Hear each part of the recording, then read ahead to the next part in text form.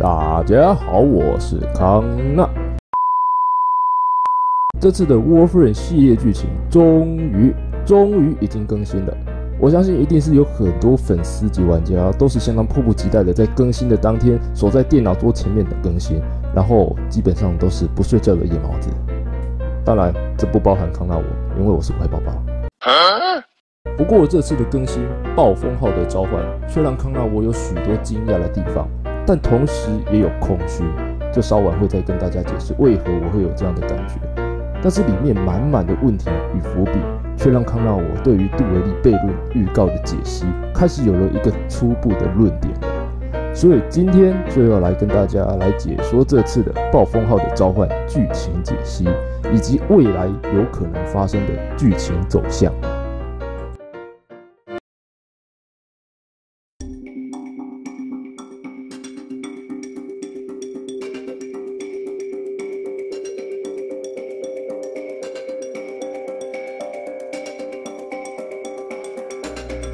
这次的系列任务暴风号的召唤，其实就是在讲述一种每个人在临死前都会有的东西，那就是执念。执念越深，代表着那个人对于眼前的事情以及未来想做的事情还有遗憾，甚至是非把它完成不可。就拿这次的 Corpus 新角色 Vala Galarios 舰长来说， Galarios 原本只是 Corpus 集团的残骸回收舰队的舰长，每天的生活都是为了工作，为了还债，同时也是为了讨好重新回归 Corpus 集团企业的总长 Parvos Granum。而 Vala Galarios 舰长与船上的每个船员都如同家人一般的生活着。若是以一个小族群来说，这其实也是种小确幸的幸福。但就在某天，暴风号突然出现在当时他们的工作地点，也就是卢克利峡平台，打乱了他们原本的生活节奏。而大家也知道，暴风号在发送呼救暗语的时候，若对方的回应不是他想要的答案，那暴风号就会直接进行无差别攻击。而 Vala Galarios 舰长在当时也遇到了这样的情况，导致他的舰队遭到了暴风号的炮火洗礼。再加上暴风号这艘幽灵船，因为长期受到虚空风暴的影响，所以成了一艘护盾超载且攻击力也很夸张的船舰。因此 Vala Galarios 当时的舰队就被毁得稀巴烂，几乎面临了无人生还的迹象。当时仍然还幸存着的他，看着眼前原本视他们如同家人般的船员们相继死去，从那一刻开始， Vala Galarios 舰长就开始对暴风号产生了仇恨的执念。但是在这次的剧情里，其实不是只有 Vala Galarios 有这样的执念，同样也拥有这样强烈执念的，其实也是这个系列任务的战甲 Sevargov。 从剧情里可以得知，战甲 Sevargov 原本是救援船舰暴风号的一名近卫战甲，更是一名尽忠职守的船长。在每次的救援任务中，也总是相当的英勇，绝不放弃任何的救援机会。但就在某次的任务执行期间，发生了一次巨大的虚空风暴周期。Sevargov 为了要保住自己的肉身，所以想在被虚空风暴吞噬一切之前，先将肉身从船舱发射至虚空里。不料的是，虚空风暴吞噬的速度太快，马上就将 Sevargov 的灵魂及暴风号吞噬掉。而 Sevargov 的幽灵为了要定位肉身的讯号，也在暴风号被吞噬之前发出了呼叫信号，但一切也为时已晚了。肉身已被虚空送到深处，而暴风号也已经一同被虚空风暴吞噬到无人之地。至此之后，暴风号就一直处于不停地对虚空发送呼叫信号的状态，而 Sevargov 与暴风号之间的执念也就此诞生。他们的执念就在于拯救，只是这次要拯救的不是迷途的灵魂，而是他们自己。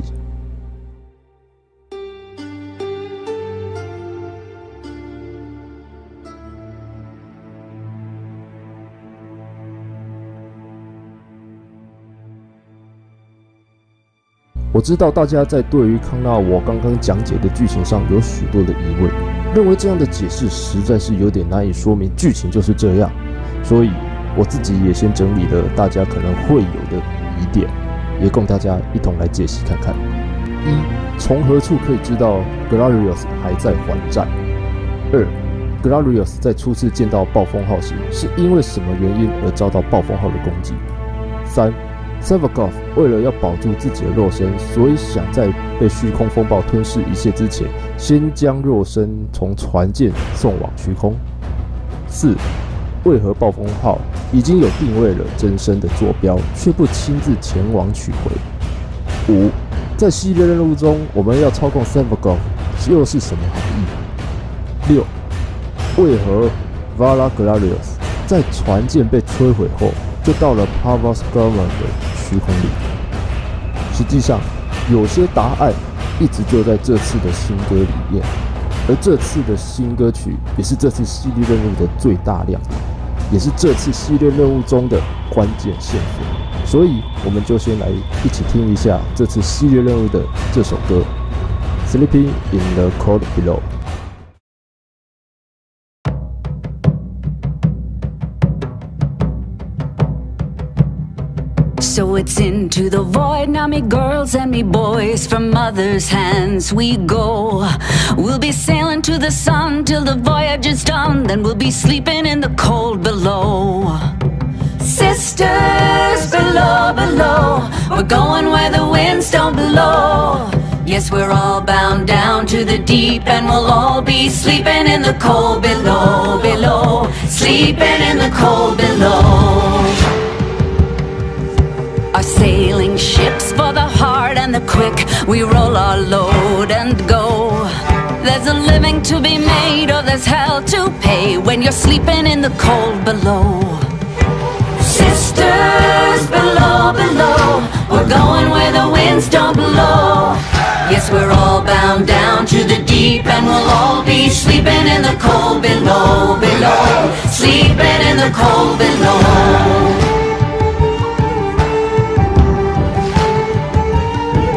There's a man on high with the devil in his eye and a golden hand, I'm told. It can hurt you, it can hold you, he can kick you or console you when you're sleeping in the cold below. Sisters below, below, we're going where the winds don't blow. Yes, we're all bound down to the deep, and we'll all be sleeping in the cold below, below, sleeping in the cold below.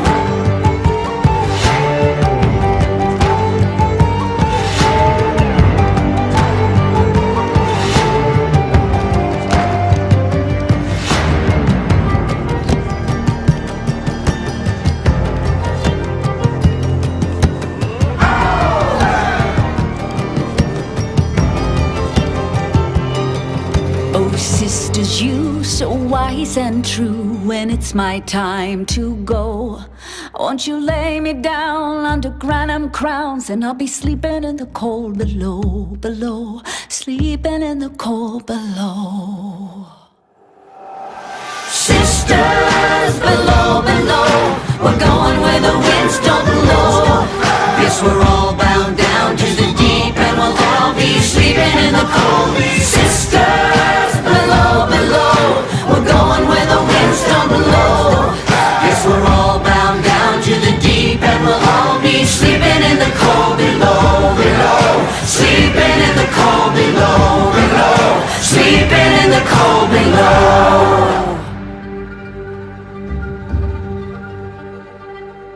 Today we sail on the solar rail, for there's much we just don't know. So farewell with a kiss, then it's fast for the mist, till we're all sleeping in the cold below.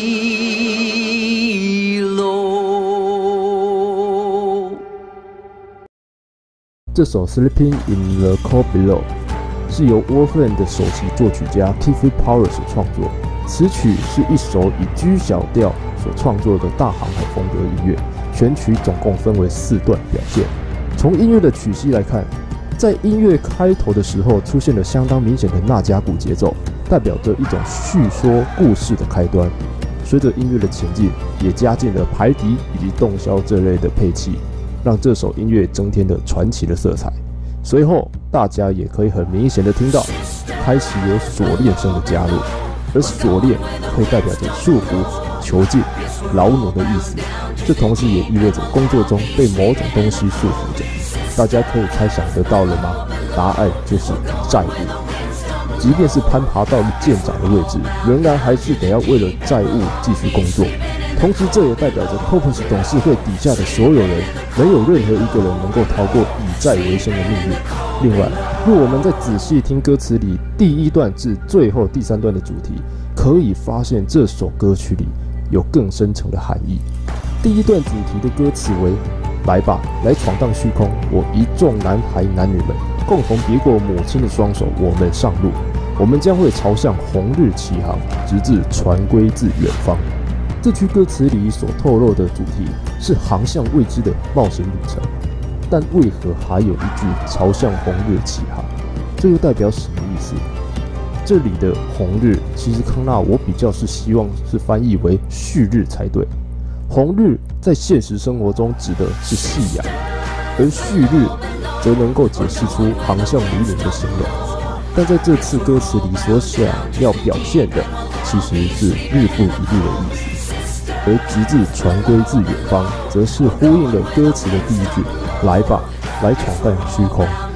从这里就说明了一件事情 ：Vala Glorious 舰长的残骸回收队每日必须前往的地点，就是那些遭到虚空风暴摧毁的残骸船舰。第二段主题的歌词为：我们的航船只属于强悍和敏捷之士，我们速速卸货并继续旅途，要为了生计奔驰，否则下场生不如死。这句歌词所叙述的主题是为了债务而不断的冒险工作，如同前面所说的，即使已经攀爬到了舰长这个位置，仍然还是要继续背负着债务去生活工作，而这份工作也只属于那些够勇敢且手脚利落之人能够完成，因为这样的工作有着极高的风险存在。第三段的主题歌词为：有个高高之上的一个男人，他那被魔鬼占据的眼神和一只黄金之手。据别人的传述，他能伤害你，也能拥抱你，他可以踢开你，或是安抚你。这段歌词所描述的是无上的权力即是驯服一切的信仰，同时也在描述某个角色。大家应该可以很明显的知道是在说谁了吧？那就是 Corpus 集团的创始人 Parvos Grummer。根据歌词，他能伤害你，也能拥抱你，他可以踢开你，或是安抚你。用这段话来解释的话，你选择反抗他，那你就是在找死；你选择顺服他，那你就是在生活。从这三段歌词的总和来看，很明显的显示出了一件事情：为了要遵从 Parvos Grummer 这样的权力存在，我们必须背负债务生活下去，即便是以危险的工作为生计，也要带着还债的信仰生活下去。同时，每段歌词的最后也一直重复着这一句：我们注定被捆绑下沉至那深渊，而我们都将会沉睡于寒岭深处。这句歌词表现出了永远被债务压得死死的感觉，呼应了全曲最核心的主题 Sleeping in the cold below， 沉睡于寒岭深处。另外，康纳我其实只要改个英文字母，就可以让这个歌词变成正向的 Sleeping in the gold below， 沉睡于黄金之下。这样子是不是更让大家了解到 Parvos Grummer 是个怎样的人了？光是这样的解析，也才解决掉第一个问题与第二个问题。那现在我们就一起来看看第三个问题。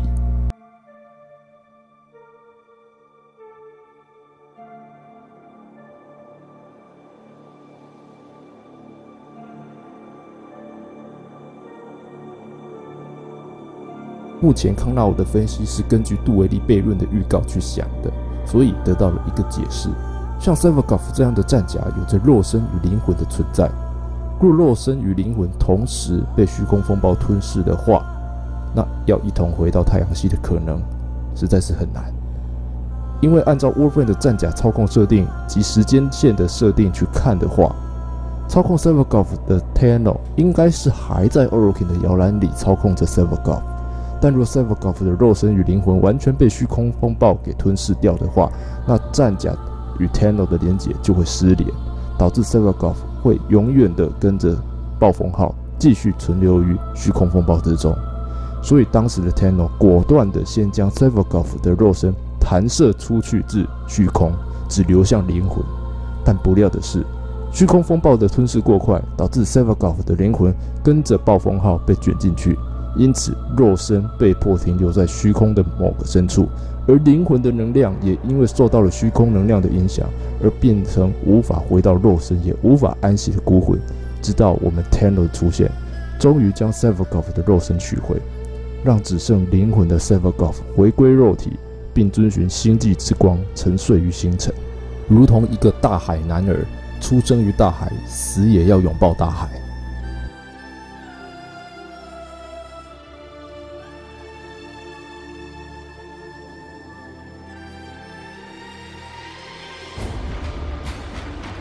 若大家还记得系列剧情的话，中枢 CY 也有说明了一件事情：最终的救援，但是定位资料已损毁，他无法将它取回。这样大家应该已经很清楚了吧？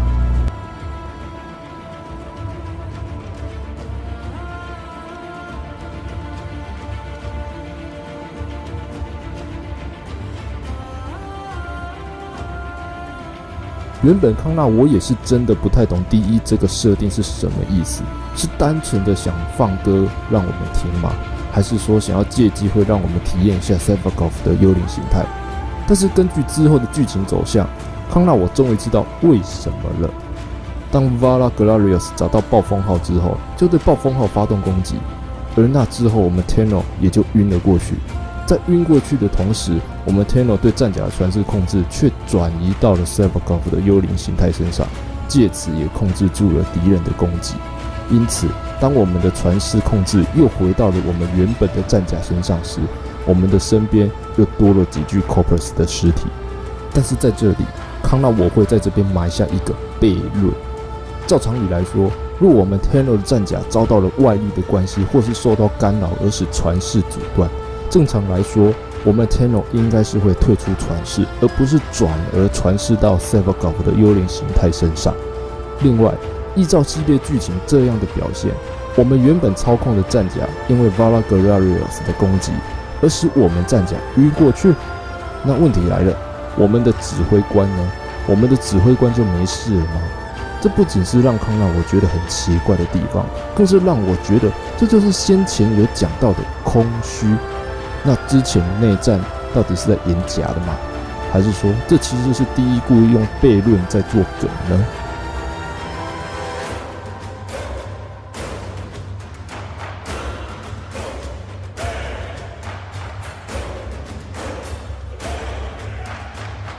同样让我们再次回到 Sleeping in the Cold Below 这首歌里。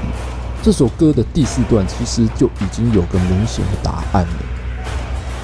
哦，姐妹，你们是多么正确，多有慧根。当我气数已枯，你是否会为我撒下灌币，为我挡煞？没错 ，Vala Glorious 之所以可以在船舰被摧毁后立即传送到 Provus Grama 的虚空里，就是利用了灌币传送过去的。毕竟之前的系列任务死锁协议的更新中，就已经让每个 Corpus 船舰有几处空间是存在着 Provus Grama 的虚空传送装置，而这个传送方式也在死锁协议里出现过。而在歌词里的挡煞，意思就是护身的意思，如同第4段歌词所描述的内容一样。而这同时也可能意味着，未来的事件里，我们都还有可能会再次与 Vala Glorious 开战。但其实这边我已经猜想到未来第一要对 Vala Glorious 做出什么样的剧情了。未来他将可能会变成 Corpus 巫妖，并对我们 Tenno 进行复仇行动。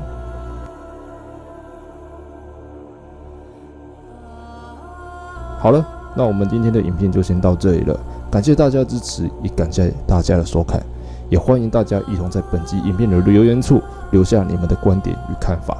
我们下个影片见。